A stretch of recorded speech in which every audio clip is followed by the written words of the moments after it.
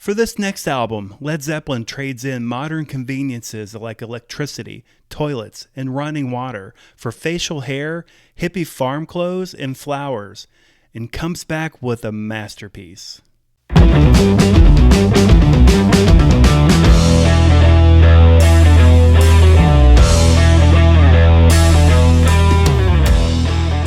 Welcome back to Red Mug Music. I'm Brian. I'm glad you could be with me today. I'm hoping you're doing well. And today we're going to continue our Led Zeppelin ranking series with the number 5 album. And I'll explain a little bit about this album. Maybe you can guess who it is. Like I said in my intro, all that stuff. Plus, it was a new decade. They had a new sound. It was a lot more acoustic arrangements than they were used to. And for this album, they headed for the hills to escape it all and to write an album. And they wanted to just get completely away from their normal life and see what they came up with.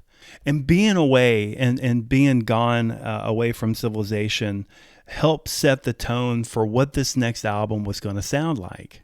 So if you haven't guessed it yet, the album is Led Zeppelin 3, their third album, which came out in 1970.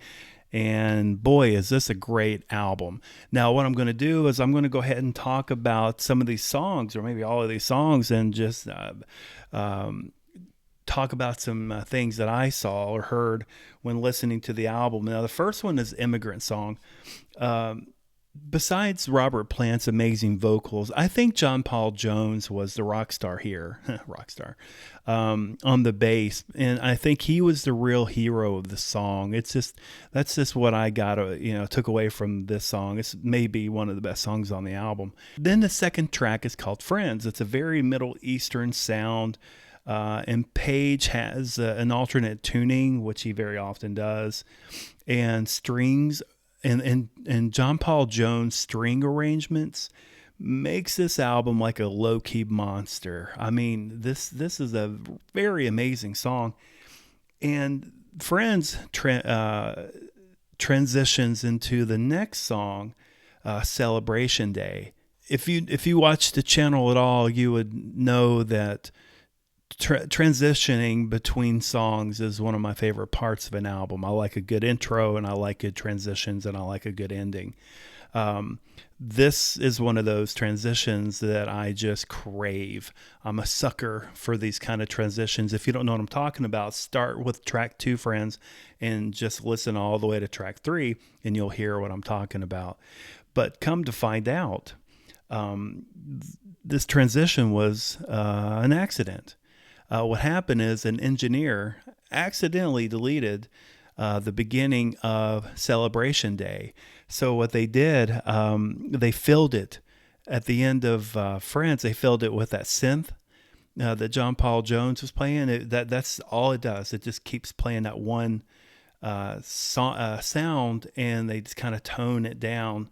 And then you hear the guitar coming in, and it just goes into Celebration Day. And I live for this. This is what I love. And then you have song number 4, which is Since I've Been Loving You. Now, this is a very patient, slow, grinding blues jam. It's very well made, and it's very well arranged. I love this song also. This is probably one of my favorite solos by Page, and the keyboards by John Paul Jones is absolute fire. I don't know if you could tell, but so far this album to me has been Robert Plant's voice and John Paul Jones's abilities. The guy he's underrated. He's amazing. And then you have Out on the Tiles. I love these types of songs because I find them to be a little messy. You know, it's this kind of a choppy, messy sound. It's nice, but it's kind of messy. But then when the chorus comes, it just all falls in line and comes together and is beautiful. I think Duran Duran is really good for these kind of things. You'll hear a little bit of a messy, verses, intro and verses, and then when you get to the chorus, he just goes into this melodic greatness that you just anticipate. And I think Out in the Tiles is kind of like that for me. Now, Gallows Pole is the 6th song on the album. Now, this is Page's favorite song on the album. And as simple as it sounds, it's actually a multi-layered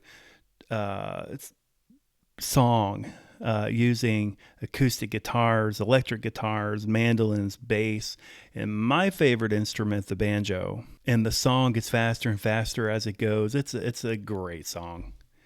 I'm going to say that at the end of every song. I'm going to be like, this is great. This is fabulous. This is wonderful. I like this album.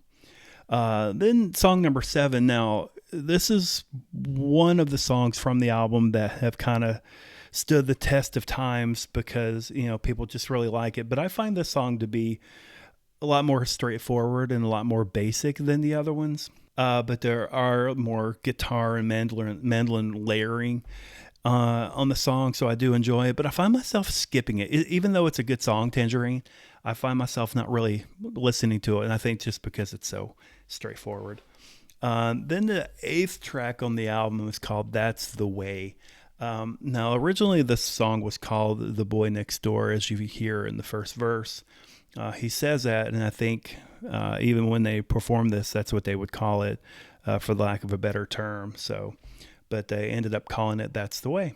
And this particular song was the epitome of what happened and what was created at Bron-Y-Aur. I don't know how you say it exactly. I tried to the place that they went to record all or to write all this music.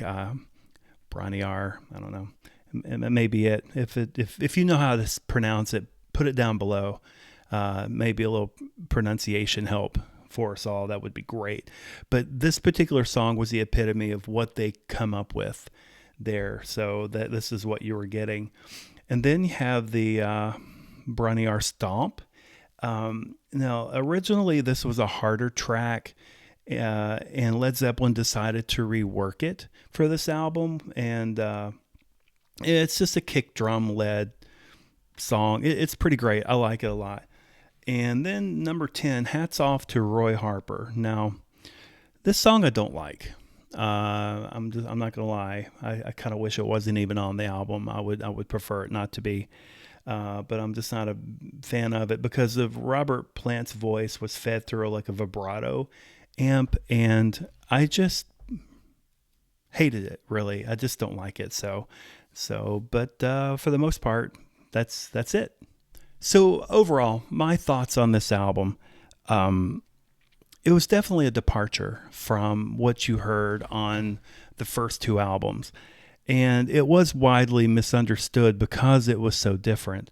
But while Led Zeppelin was being criticized for sounding too much like Crosby, Stills, Nash and Young, Led Zeppelin was actually busy showcasing their depth and musical diversity and talent, and proving they were becoming the biggest band on earth. To many, Led Zeppelin 3 is the best album they have, and that's completely understandable, and I'm okay with that. I put it at number 5.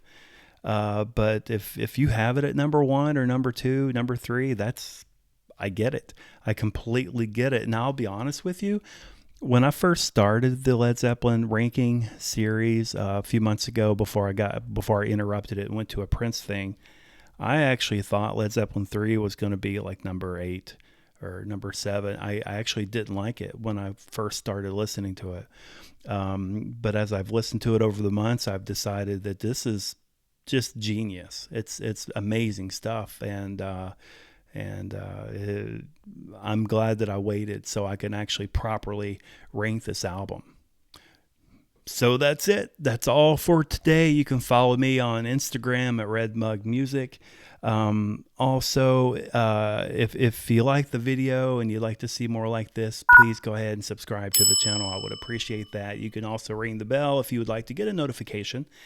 And you can also comment down below, what kind of videos would you like to see in the future? I know I've had people in the past, mention things like ranking the Beatles, which is a very large task for me to do, and I would love to do that because they're one of my favorite bands of all time, and I would love to do that. So that's on the back burner. I'm still kind of swishing that one around in my brain, but I'd like to talk about my sponsor real quick, which is Holly Carter from the Magic for Less Travel.